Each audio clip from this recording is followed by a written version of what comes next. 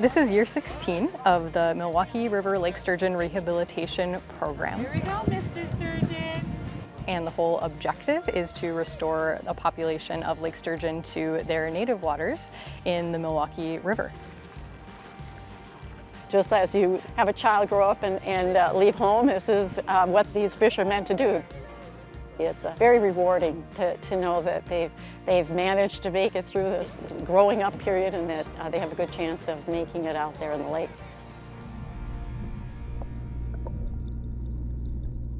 The eggs are actually harvested from the Wolf River, and then we bring them here to our rearing facility where they imprint on Milwaukee River water. So the water coming into this trailer is actually from our Milwaukee River, and the idea is they imprint on that water so that when they're released into Lake Michigan, they will eventually come back to the Milwaukee River.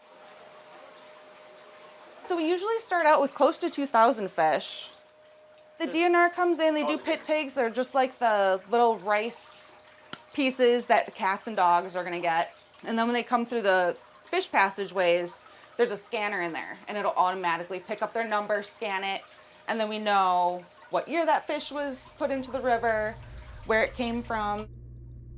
Lake sturgeon were extirpated from the Milwaukee River back around 1890, and that happened to all the sturgeon in most of the rivers that lead into the Great Lakes. And not just the Great Lakes, but worldwide there was this idea that there were no end of sturgeon and that you could just keep harvesting and they would always be there. Well, eventually they hit the elastic limit of sturgeon and basically wiped the population out of the Milwaukee River. So here in Wisconsin, we're lucky in that we're one of the 20 states that lake sturgeon are found in, and Wisconsin is the only state where they're not on the endangered or threatened species list. They are on the watch list. It's so important because the lake sturgeon are an absolutely magnificent creature. They are the largest fish in the Great Lakes. They are evolutionarily an ancient creature. They can grow up to 6 feet long and live over 100 years. It into the water so it can begin its journey. And may you watch that journey over the years. Unfortunately, with their population being decimated for a long, long time, seeing a sturgeon in the Milwaukee River became an impossibility. We're hoping to reverse that, erase that, and get it back to the way that it should be.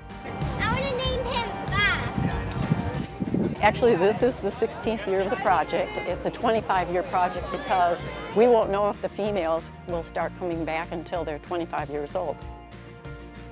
The big hope is that, in fact, we have, a viable population of lake sturgeon, by the time we're done, so that we increase the population of lake sturgeon in the Great Lakes.